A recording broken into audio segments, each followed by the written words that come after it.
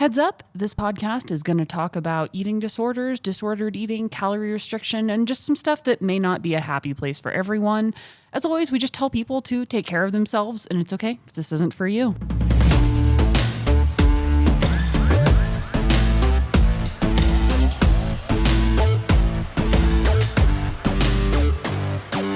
Welcome to Your Diet Sucks, the podcast that won't tell you to buy $90 of powdered salad. I'm Kylie Van Horn. And I'm Zoe Rome. First episode. Episode 1. I am so stoked to be here. You and I have been dreaming this up for quite a while, working on it for quite a while, and really sort of accumulating experience and knowledge in our careers that I think will lead to a pretty enticing project. I am super excited, and I think everyone out there would want to know why us. I am a journalist, and I actually, fun fact, got my start in food writing. I worked as a food critic for a magazine in Arkansas, and I wrote about agriculture as well, writing about food systems. One of my first ever published articles was actually about strawberry agriculture in Arkansas. So I've been writing and researching food for quite a while.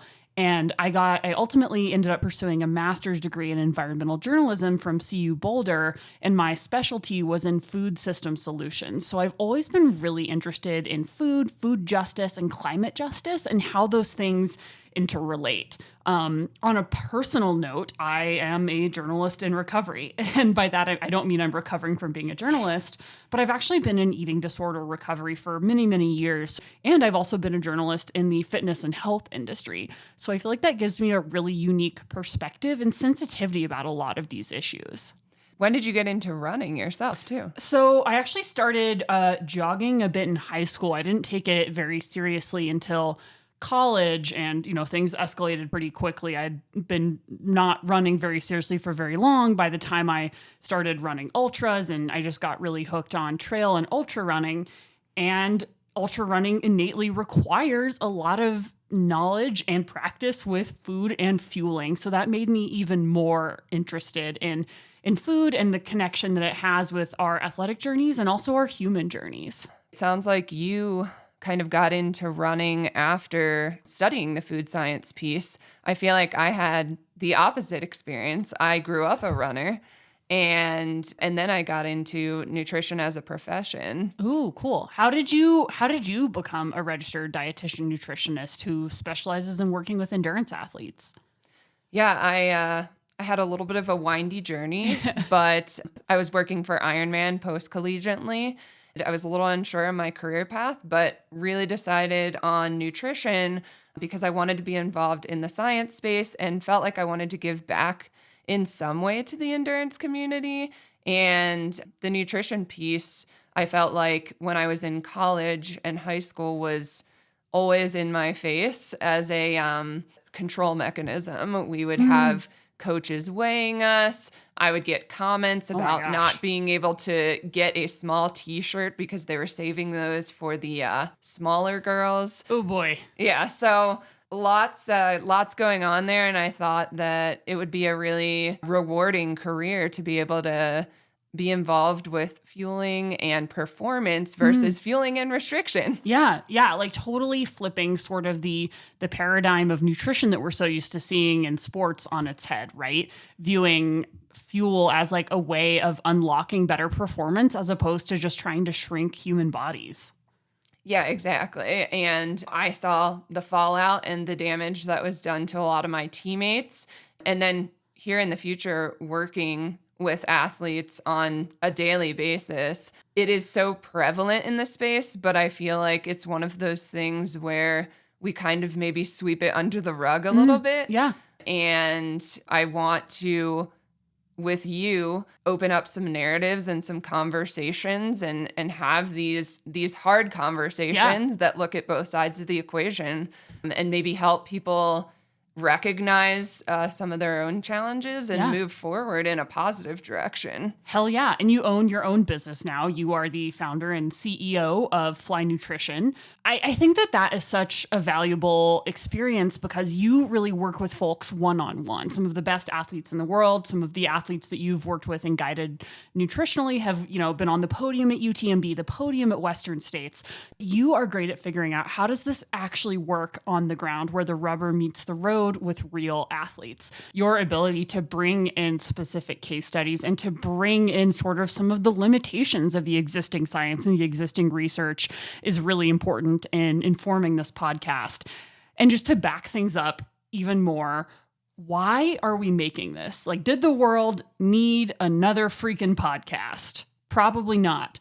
But I think it does need this one. And that's because endurance athletes, and you see it every day in your work, really struggle to just eat. There's so much noise out there that really sort of makes it hard to listen to our bodies and to listen to common sense and to just eat food.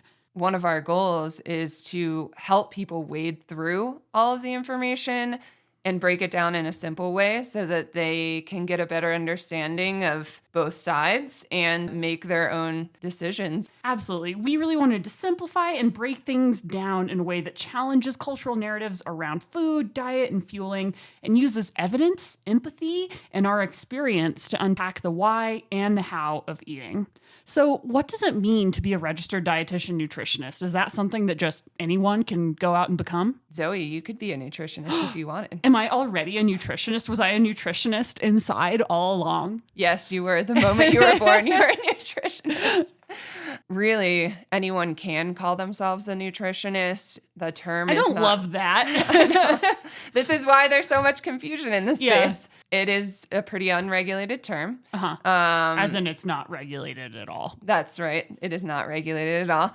And the registered dietitian piece, I think that Does that mean that there is like a registry out there somewhere where I can find you and all your people on a list? You could actually. Wow. The tough part is that I think when people hear registered dietitian, they think of a white coat, a food pyramid, and a hospital. Yeah, I kind of do, to be honest. I'm like surprised I've never seen you in a lab coat. But I picture you in a lab coat, but instead of having like pens and pencils in your front pocket, you just have like a carrot and a piece of celery. I don't know about carrot and celery. I'd have a Pop-Tart. Yeah. I love that Pop-Tart pocket. But I think that's true. And I think there are probably a lot of misconceptions about what a registered dietitian nutritionist is, but it does mean that you've essentially had to get a lot of education in this. You've had to log a lot of hours like out in the world doing science and also working in a clinical context.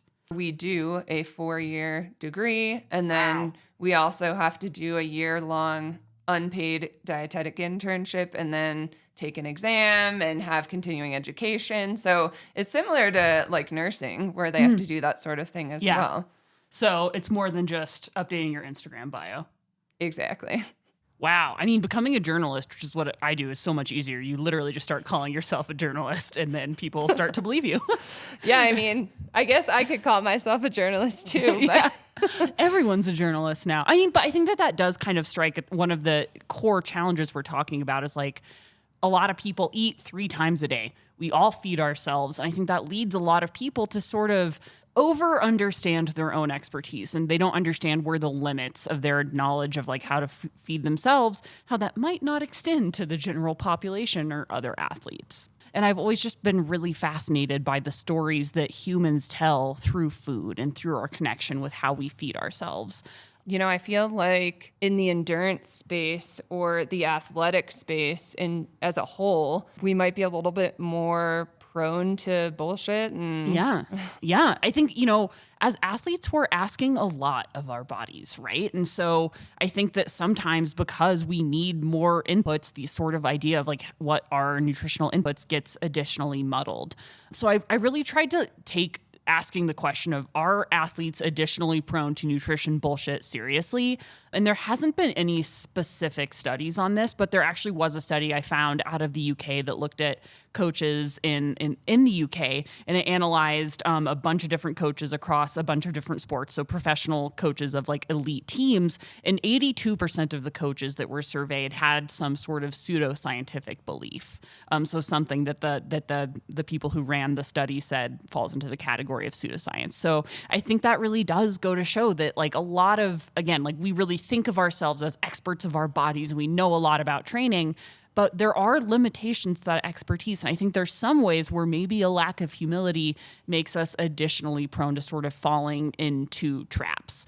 I'm curious though, what is like the weirdest nutrition bullshit that you've ever fallen for? Even as a registered dietitian nutritionist, I'm sure that you've made a mistake or two along the way. Oh yeah. And kind of going back to the high school running days. Prime time for poor decisions. Low fat, slim fast craze. Hell yeah. Okay. Was this like, I feel like I don't actually know how old you are.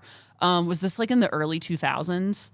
When yes. were you in high school? Yeah, that seems like prime slim fast time. Hell yeah. Yeah, the slim fast shakes and then the snack wells as well. Yeah. Those things taste like cardboard. Yeah. Yeah, just like trying to maybe control the intake that I was having because I wanted to look like everyone else. Because kind of going back to what I was saying, like there's this thought in my head that I had to look a certain way. Right. And then even it was confirmed when I would go and ask for a small t-shirt, even though they were like, no, honey, you're one of the bigger girls. So Jesus Christ.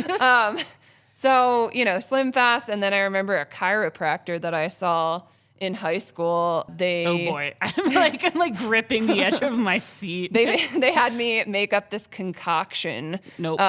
This green concoction. It had spirulina and a bunch of like random oils in it, and I had to drink it every day. Love me some random oil. I mean, kudos to you if you like green juices, but green smoothies for me, I had to hold my nose, and I literally saw no benefit to doing this, but I was doing it because I was like, oh, this person that like works with athletes, this chiropractor said I should do it for this benefit. Yeah, and so I kind of feel like the guy that cracks your neck maybe shouldn't be giving you nutrition advice. Yeah. So it kind of goes back though to what you're saying with the study that with the coaches.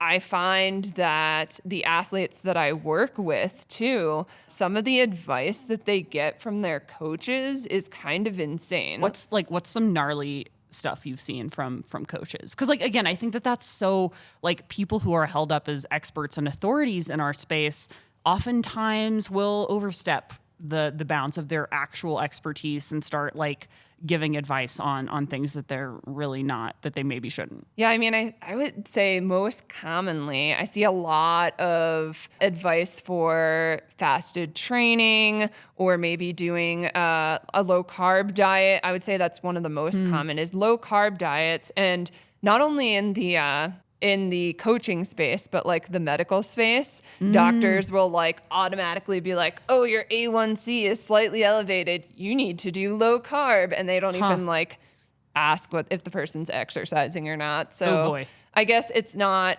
maybe in my work, the things that I'm seeing might not seem all that like extreme or like out there. But when I hear that like coaches are recommending this, et cetera, I'm like, what? Like what background do they have to be recommending these things? Yeah, on what grounds? Because like, I mean, obviously, like, I mean, we're both coach. I always am very clear about the limits of my expertise. It's so easy to fall into these traps. It actually makes me think when I was in high school, I went to high school partially in Italy, and that's when I started running. I was a late in life athlete. I never really competed before becoming an ultra runner, but I had shin splints because I was a young woman running way too much mileage on some really shitty Nike shoes. No shade at Nike. It's just like these were some like straight up shoe carnival ass shoes. And I got shin splints, and the Italian family that I was living with at the time took me to like a witch doctor who, instead of asking me a single question, just looked at my eyes and then told me I should go gluten-free. And I did that for like 3 months, which going gluten-free in Italy is so sad. Oh my God, that sounds Don't terrible. do that. It was so terrible. Like my biggest regret to my dying day will be like that I essentially did eat, pray, love with none of the eating and none of the loving and like all of the praying. Like I did the one shitty part of that Julia Roberts book. But again, like I think it goes to show that like, you know, when you're hurting and when you're in pain and when you're not performing the way you maybe want to, or when you're even just looking to optimize, it makes all of us really susceptible for this stuff. Some of this, or a lot of this, I feel like, is fueled by the rise of social media. Oh my gosh. Yeah, right. It's just like immediately in our back pockets, we now have just like a bottomless well of the world's worst ideas that we can beam directly into our prefrontal cortexes. And I think that that really fuels a lot of, you know, different sort of bad pseudoscientific aspects. It can sort of channel people into different dietary nutrition echo chambers. And it also really flattens informational sources. If you're on Facebook, and no one's on Facebook, like if you're young enough that you're still listening to a podcast, there's no way you're on Facebook. But like the way that information looks online gets really flattened, right? So maybe someone who isn't resourcing information well, doesn't have a background in nutrition science, but they can put together a really fancy looking Instagram reel. That production value will almost supersede the sort of like superficial lack of information they have, and people will gravitate to that. I'm sure that nutrition influencers have way more followers than like the Mayo Clinic, you know? The Kardashians selling their like shit your pants teas have more followers than like Columbia University's like dietary, you know, research team. Because that's the stuff that people gravitate towards. And social media has a way, again, of just really flattening stuff and then sort of shooting stuff way past the context it was really meant to be seen in. I'm curious if this is something that you see in your practice of people sort of following into social media traps. I mean, it's all about the algorithm, right? Yeah, right. I mean, even my social media person that helps me, she'll like research the trends on like what template needs to be used or how to like talk about something in a certain way so that the algorithm picks up on it. Let me guess that the algorithm doesn't care about fact checking and expertise. Exactly. So I think it's a bummer. That's the big problem, right? Yeah. Is that it's about how you present the information and not actually about the information that's being presented. People also respond more to like certain production as well as like the way that you're saying things. So if you saw an infographic on Instagram or something that, you know, is laying out like, oh, these great high protein snacks after a run. Yeah. You know, that's really great and informational, but it's probably not going to get seen by that many people. No. So that's the hard part, is it could be like very scientifically factual or really helpful and no one's going to see it. Whereas like a water fast where you're literally not eating all day and just drinking water. What's a water fast? So a trend where you just suppress hunger cues with water and you're fasting and not eating food. Oh boy, I'm not liking this. Yeah. So these are the kinds of things that get like the most press then. People see them, you know, these extremes. Or like, I mean, I'll be honest, like in some of my posts, I will be pretty candid with the way I'm saying things to my audience based on things that I hear from people in practice, etc. And those kinds of posts get much more engagement than like an a post that says it's complicated and more research is needed. Or that just is like, here's why you should eat protein after a run. And here's an evidence-based moderate approach to diet and nutrition. And people are like, boo. Well, I think actually it reminds me, there was a study that was done where a group of researchers created fake Instagram accounts for young preteen girls who were actually technically too young to be on the app. They noticed that within the space of 10 days, the algorithm went from sending them fitness advice to, and this is intense, but pro-Anna posts on social media. So the algorithm really incentivizes the most extreme, and it pushes people to the furthest logical conclusion of whatever preconceived notions they might have, right? So maybe you come to these platforms looking for fitness advice, and you end up getting served some of the darkest shit that the internet has to offer. And I think that that's something that is really concerning in the space, is how these algorithms that are black box algorithms that we don't know like exactly what they are continuing to push stuff that is not in people, or definitely not in athletes' best interest, right? We've seen that like stuff that is boring and evidence-based and like points out like, you know, certain methodological weaknesses of studies isn't going to get a ton of attention on social media, but some like bullshit water fast is. Yeah, even on the side of promotion of products, right, or like powders and weird supplements and shit that you like get ads for. I feel like we see ads for them, and then also, no offense to athletes that like make a living having to maybe do an ad in their social for a brand. I think that's tough, because then we're kind of caught between like promoting a little bit of pseudoscience, but also then they do need to make a living. Right. So. Well, I'm not critiquing. I think that it's important to step back, and you can say that there's a difference between like, hell yeah, like unfettered capitalism, dope as hell. I'm not saying that I don't want these athletes to make a good living, but I do think we need more intense regulation of how these things are communicated. Because theoretically, if you receive, so if you're an athlete and you receive any kind of support, if it's a product, like if it's just in-kind support, or if it's money, you should put a disclaimer anytime you feature that product or promote your product on your social medias. Social medias. Do I sound a million years old? That's like the internet. I always say I know. Trust your two cool girlfriends here who are talking about the interwebs. But like, you're supposed to put a disclaimer. And I see so much stuff on my social media feed that is clearly promotional, but doesn't feature that disclaimer. And that's because the stuff isn't super well regulated. I'm not shaming the athletes. I'm saying that our system needs sort of better control and oversight of these things. And I think that it just shows that people are always going to be prone to the appeal to authority. We're really likely to listen to people that we look up to. And in our culture, and particularly in the world of endurance sports, we look up to other athletes. Tom Brady is sort of like the example of this, with his like really weird ass TB12 diet, the alkaline waters he was selling. And I try to not be too prescriptive, but I feel like one piece of life advice I would pass on is like, maybe don't take diet advice from anyone who's also selling cryptocurrency, who is actively friends with Sam Bankman-Fried. Because again, like, these people are like, we really laud them in our culture. And so it's really easy to think, well, if this guy does it, then it'll work for me, right? I'm going to start listening to this athlete who says that you don't get sunburns if you drink enough water. And again, it could be even like, I think that he's an example of sort of like making claims in bad faith. I think there's a lot of people, particularly in the world of endurance sports, it's a small world.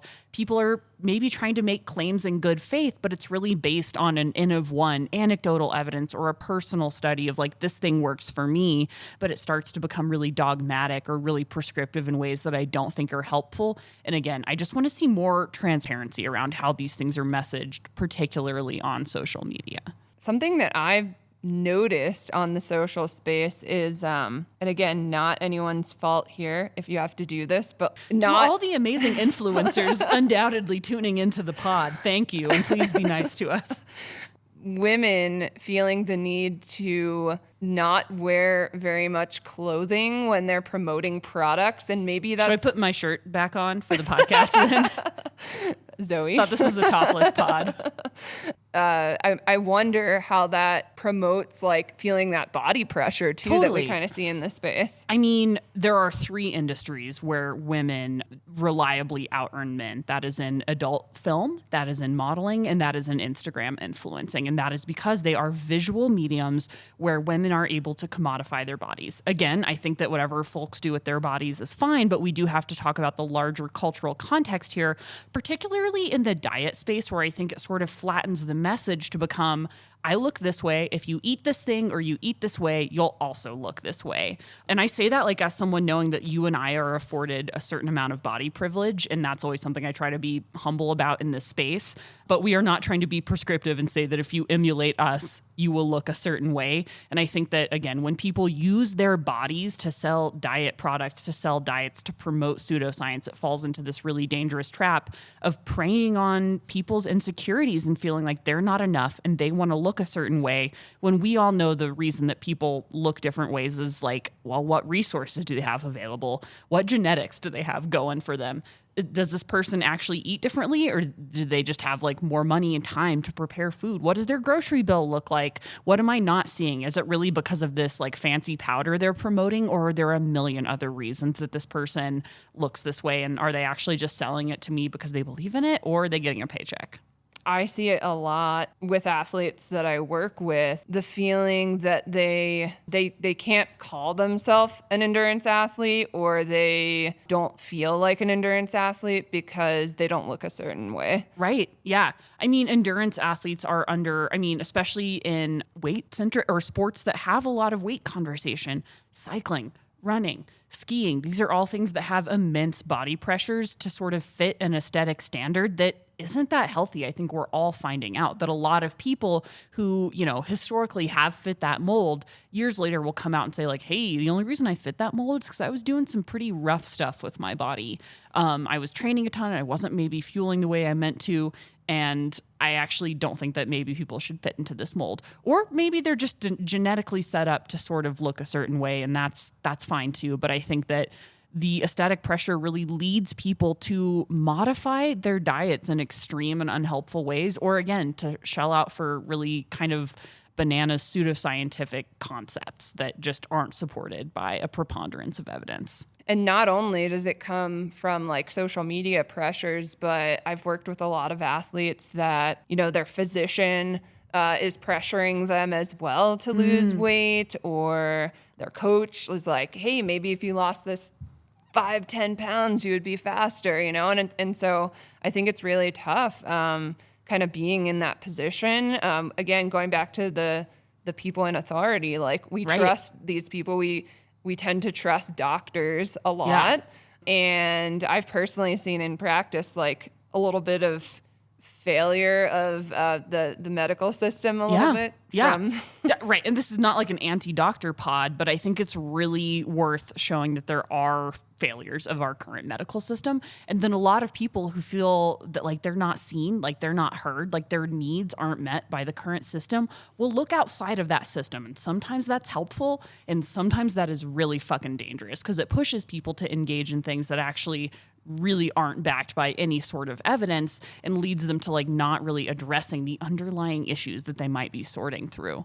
And again, I think that like where, maybe more traditional medicine sometimes fails, grifters really step in to take advantage of people, and pseudoscience really steps in and tries to take advantage of people. And I feel like athletes particularly are an easy population to take advantage of, because I think a lot of us, I firmly plant myself in this camp, are always looking for those incremental gains, right? Like we've been working at this stuff for so hard, working at training for years, really trying to build up consistency. And that can sometimes lead us to like lose focus of the big picture and start to focus on over optimizing or focusing on these really marginal gains that maybe aren't that helpful. And that's when you can fall prey to things like, well, maybe if you just like do this weird fasting pattern, or if you just take this powder, or if you eat one tart cherry every third week on the full moon, then you will recover better.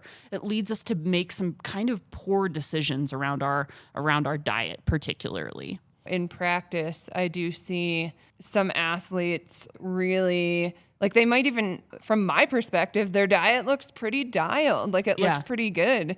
And they're like, well, what about this new thing? Like maybe if I did this, I could gain that extra like 0.5%, et cetera. And particularly in the like diet modification space, like taking extreme approaches to diet, like maybe a really low carb approach or cutting certain things out, et cetera. And I tend to ask, like I even asked someone today about this, like what extreme do you want to go to try and achieve like a certain aesthetic or this certain possible performance goal, because it's not even guaranteed. And then you might end up in a worse spot than where you were at. So it's like, is that risk worth it? Totally. And I think that like an interesting dichotomy I see is like people who do some pretty unhealthy things in the pursuit of health, in very heavy quotation marks, Like if you can't eat with other people and you can only eat certain things, and every time you travel, you have to pack an additional suitcase of rando supplements, like how healthy is that, you know? And I think that like people fail to take into the context like mental health when it comes into diet and like social health as well, right? Like if you are eating in such a restrictive way that you literally can't be around other people and your schedule is crazy interrupted and it starts to really ruin your life, but you're eating quote unquote healthier in a way that our culture says is healthy, how healthy is that really, you know? Yeah. And like seeing the downfall and like people that are recovering from an eating disorder, disordered eating, it is heartbreaking. Like the fact that they like literally avoid going out with friends because they can't eat with other people. And I know this is pointing out extreme examples, but when we look at endurance athletes, we are more prone as a population to disordered eating and eating disorders. Right. There are studies that show this. So, it's something that I think is really important to kind of talk about. And I think when we look at nutrition science, I think it can be difficult to kind of tease out. That's one of the reasons why we're doing this podcast. It's difficult to tease out like what is hype, what is this new shiny thing, and like should somebody actually try this or not, or like is this legitimate? And I feel like this is something like as a member of the media that the media has not like historically totally nailed. So like my master's degree is actually in environmental and science journalism, so figuring out how to communicate about science is really freaking hard, and I totally get why I got a master's degree in it, because it is confusing as heck for like lay people to understand this stuff. And I think a lot of times, again, grifters in pseudoscience take advantage of how tough this is. And they take advantage of the human inclination to focus on what's novel, what the big new shiny object in the room is. And what it makes me think of is like every time you turn on like Good Morning America or any news program, they're always like, new study shows that eating chocolate will make you live longer. Or like a new study shows red wine will prevent diabetes. Or just 1 cup of coffee a day makes you hotter and smarter. And you're like, wait, what? And then anytime you actually look at the study, it's always like, that's not what it says. Also, it was done on mice. Also, that's not what it says. It's so hard to translate the nuances of nutrition science, which is notoriously hard to do for a lay audience. And I think oftentimes, like one of the reasons nutrition science is super hard is a lot of times it's based on like self-reported data, right? Like it's really hard to actually do it sort of like in a vacuum, right? So you need like really tightly controlled studies to really get good information. But then the tighter you control those studies, the smaller your sample size becomes. And that also sort of limits the conclusions you can draw from any particular study. I think there's also a lot of sort of murkiness around like, okay, did the study have clinical implications or just statistical significance? And what is the practical significance? So statistical is when there's like an actual little difference in the number. So there's like a little something going on, but it's not something that you can fairly extrapolate into praxis. So maybe in a study, it shows that people who drink coffee are 1% less likely to get diabetes. You can't really look at that and say, everyone, hey, people of the world, you all need to drink coffee, because it might be statistically significant, but likely when you extrapolate up to the population level in practice, those results wouldn't hold. Something that might be clinically significant is you would see like in a clinical trial, oh, this is something that like might point us towards additional study, but there's something in the research that doesn't indicate this is immediately something we need to put into actual practice and that we can extrapolate to like real nutritional recommendations. And I think this is sort of where people in the endurance space get really caught up, because a sexy new study will come out showing that if you fast on every 12th full moon, you can run 1% better in your next 50K.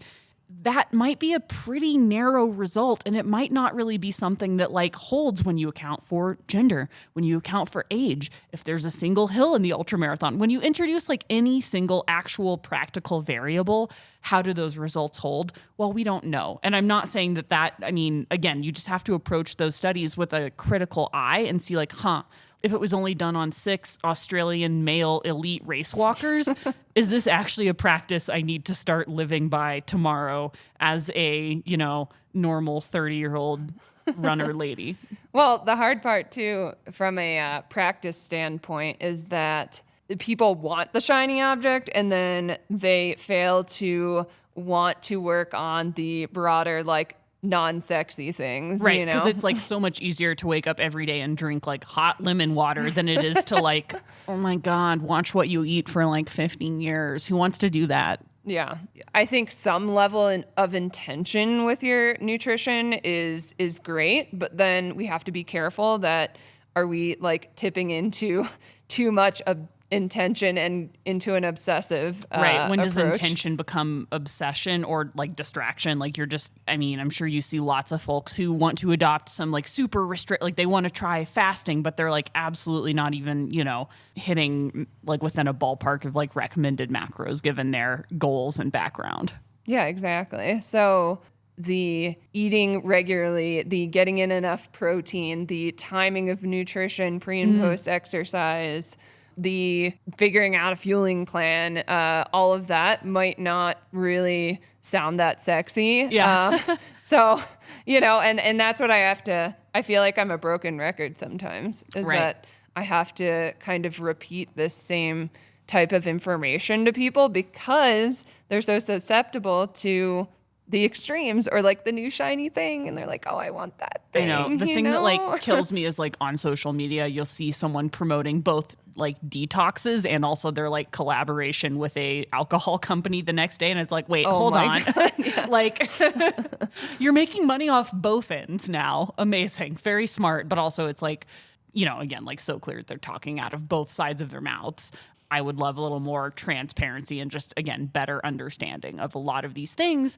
What are you actually trying to optimize here? Like if, again, like the word detox being put in very heavy quotation marks here, if that is what you're looking to do, maybe not drinking a shit ton of Kettle One vodka could be a great place to start, you know? Like laying off the wine coolers might save you some money from having to buy some like weird tea made out of a Peruvian berry. Exactly. What hacks or like bad nutrition advice and practice do you see a lot of folks falling for? Like what do you feel like you work with athletes the most on? The extremes in like low carb, high fat, and like people talking about how that's not really sustainable for them long term because you know, it's just like they're traveling or they want to be with family and like it's just not practical for them. Right. Or they have like a freaking health crisis. It's like a good idea until you have to actually do it. Yeah. Well, and then the health crises. So we don't forget the health crises. We might want to talk about that. Yeah. Or I get a lot of athletes that have literally like 30, no joke, 30 plus supplement, like a list of 30 plus supplements that they're taking. Not just like I'm taking like AG1 greens powder, but like I'm taking like 30 plus pills a day. Oh my God. That is not an exaggeration. And I am always like, this is our first session. Like we need to pare this down. Yeah, like, how does your liver function on a daily basis taking all of these pills? Like, you have some very expensive urine. Congratulations. I know. But it's actually kind of sad. It is. Because then the amount of money that they're spending on that too, when we could have had some nutrition conversations for a lot cheaper. Right. And then maybe they're doing damage to their bodies, like taking in all of these supplements. It's just, it's not great. The detoxes, cleanses, like juice cleanses. And when I see that in the endurance space, I'm like, oh my gosh, like please don't pass out on your next long run because you're doing a juice cleanse in January. Christ. Like, oh my God, just don't. You know, like it's not the 90s. We have the information. Juice cleanses, not a thing. I know, but the worst is like when they're actually like locally promoted in things at gyms. Like I know in the Roaring Fork Valley where we live in Colorado, there are gyms that promote like juice cleanses as part of their like as part of their protocol, or like you can purchase the juice cleanse. Like you go to the gym, you work out, and then you get juiced, and then you juice. Yeah, I'm like, why is this still a thing? I'm not buying juice from a place where I also sweat. I'm sorry. That is gross. Like, there's a reason I'm not doing push-ups in the Whole Foods, you know? I love juice, and I just, like, nared the twain shall meet for me, you know? But also, I love food. I also really love food. I don't want to just drink juice all day as my form of substance, you know? So again, just it seems like a really expensive way to have really painful shits. Yeah. Or like, oh, and one more that I want to emphasize, another trend that I see particularly in the like ultra endurance space is like, we have all the good ideas. Yeah. Whole Foods only. Like, hell yeah. You can't have sports nutrition products because that is the devil. Yeah, but you know what's awesome? Banana bread. I do love some muffins, cookies. Those are delicious. Right. Gummy worms. I'm bringing those up. I know. It is that like weird, like there is this sort of like moralizing and like hierarchy of foods of like somehow that like we need to be very concerned about the purity of our food while exercising. And I think that's troubling in our space. And that's, again, something I see all the time. I also think another trend that we see a lot is like the detoxes and what people are detoxing from. They're not so sure.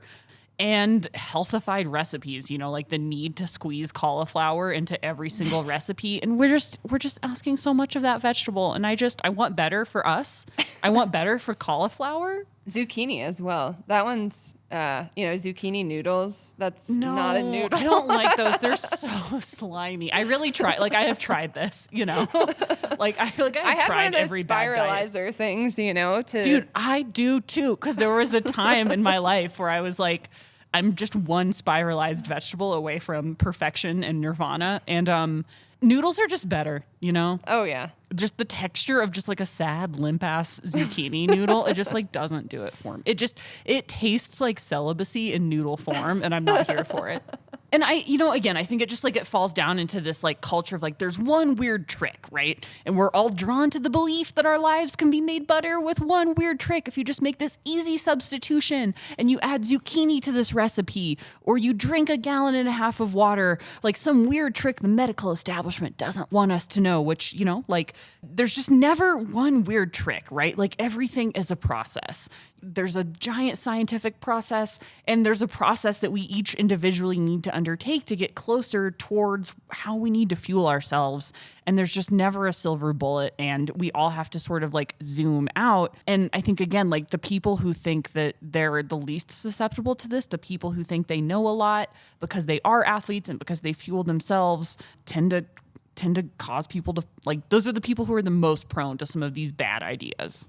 I say that as someone who owns a spiralizer, which is a bad idea. So, hey, you can, I'll make the argument though that you could technically get extra veggies in your diet if you used a spiralizer, but you don't really need a spiralizer to do that. You can use a knife. Yeah. We just wasted It's a monotasker. To your point though, too, food, we have to remember, is not just fuel. Right. There's like this cultural aspect, and if you think about it, I mean, I have really great memories around food, or like, you know, birthday parties we celebrate with food, or holidays with food. And so remembering that piece, because if you're following some crazy dietary things that don't allow for you, like you were saying, to participate in like a family event or something with your friends, is that worth it? Right. And I think that, again, like sort of in the endurance space, sometimes people just think that we can break things down into black and white, and I'm just fueling for exercise and it's just like calories in, calories out. But food is about so much more than that, right? It's about identity. It's about status. It's about control. Going back to our spiralizer breakdowns, I think that sometimes this falls into a sort of uniquely American practice of trying to consume to solve problems, in the belief that like buying or shopping or consuming can solve rather than create problems. And controlling our food can sort of instill a sense of agency and taking control in a world where so many things feel out of our control, especially as athletes when it comes to our bodies or athletic ability. Like a lot of folks are navigating aging. We're navigating maybe trying to figure out where our potential is. I'm a female athlete and my body is always changing, right? And I think a lot of people sort of try to deal with the uncertainty of living in a human body by thinking that they can buy certainty in the form of a powder or a pill or a shake. And unfortunately, that's just not how the world works. And I think that embracing rather than trying to reject the sort of like emotional pull that food can have, and the fact that it is a part of these larger stories can help us understand why we aren't making purely rational decisions about these things. Think that athletes think they're making really well-informed, rational decisions when in fact they're sort of bogged down by a lot of emotional stuff, some maybe mental health stuff, maybe some cultural stuff, beliefs about bodies, beliefs about how we should look and how we should eat that just don't serve us anymore. To kind of add to that point, I think we see that when someone is diagnosed with an eating disorder, it is not, and I'll repeat this in future episodes again and again, because I think it's really important for people to remember that it's not about just this food and the fuel that you're consuming and controlling. It's about a much deeper kind of relationship and what's going on with the person and their history, and like can go, one of the questions that I ask my athletes that are struggling with eating disorder recovery is to tell me a story about like, where did your relationship to your body, where did that stem from? Like, walk me through your childhood. Oh God. And then tell me all the fucked up shit that was said to you as a human woman. Just living life, trying to eat food, play sports. Oh yeah. So tell me your story and tell me what your upbringing was like with food and around food, and all of that impacts your future and your relationship to food and the control of that food and your susceptibility to disordered eating and eating disorders. Yeah. I mean, again, it goes so much deeper than just the food. But I think there are a lot of ways that people can sort of protect themselves or even do like a gut check on some of this stuff. What advice do you have for people who want to be a little bit smarter around this? Speaking of diets, we could think about a media diet. Ooh, I like this. Media detox. Let's go. Media detox. Juice cleanse, but make it your phone. I know. Kind of going Juice through your phone. Yeah, you got to go through and go through your social media. I would start there for sure. Yeah. And muting, or honestly unfollowing, I would say don't mute, just unfollow non-credible sources of nutrition information. Everyone. Literally everyone. Mostly everyone. Hey, there are some reputable people in the space, but try to unfollow people that promote extremes or quick fixes or these crazy ideals that we've been talking about, like the water fast. Unfollow all your water fasting. You can actually on Instagram for sure. You can go in and also set the settings to like not be able to see certain ads or really? Yeah. Oh my God. In your settings, there's a way that you can stop seeing like ads for certain nutritional things, etc. So if you take the time to go do that, that would be amazing.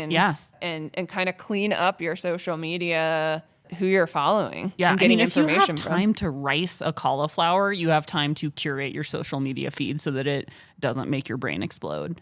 And I think that, something I would love to see again as someone that has a background in science journalism is just like a slightly better cultural understanding of scientific literacy. And again, understanding that just because a study was done on 6 mice, that doesn't mean we all need to wake up and change our diets tomorrow. What might be missing in the methodology and what conclusions are even the researchers drawing? So just learning to ask sort of like basic questions and make gut checks on things that are anything that has like a big splashy claim, like science just doesn't change that much and that quickly. So I feel like any study that the media is saying is like, a sea change or whatever probably deserves another look, because typically the researchers themselves aren't drawing those types of conclusions. It's people looking for the clicks and the traffic that tend to overstate things in a headline or two. It has been known to happen. Well, I'm kind of curious, like, because you're a journalist, what kind of terms or red flag words are we looking for? Oh boy.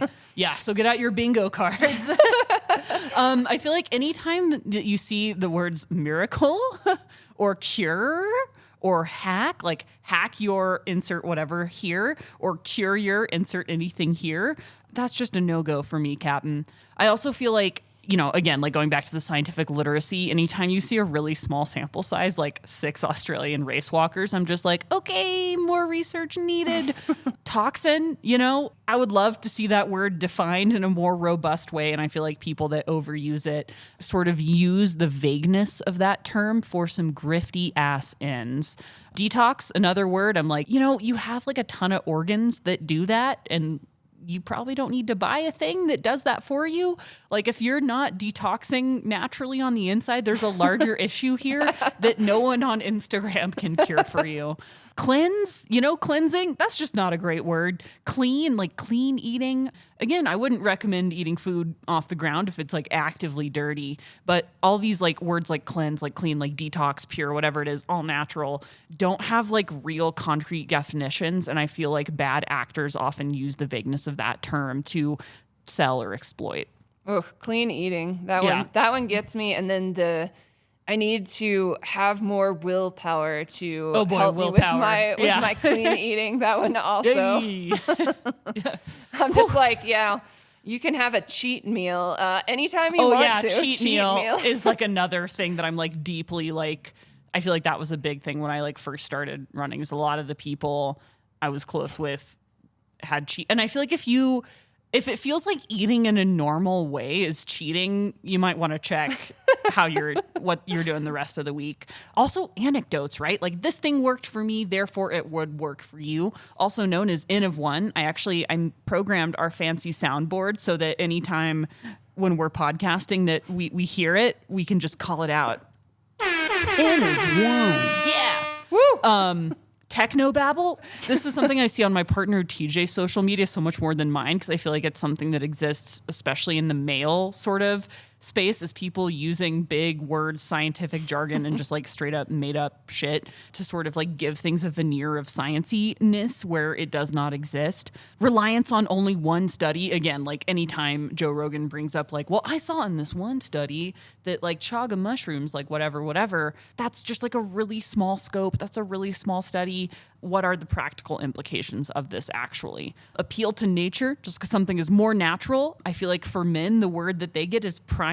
I feel like anytime I see the word primal, I'm like, oh, this person probably wants to fight with me on the internet. I don't like it. Like, it's like a certain, primal.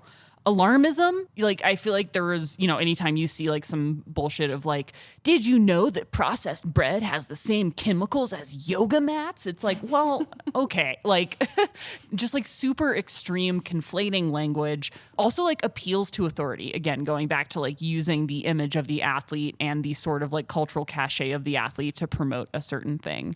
Avoid extremes, right? Like people that are promoting just really extreme stuff, that's something to be avoided. Also looking for conflicts of interest, right? Maybe someone is a registered dietitian nutritionist. If they're promoting a certain product, they need to be clear about like, I was given this product for free or this company is paying me. And disclosure and transparency. Would just love to see a lot more of it.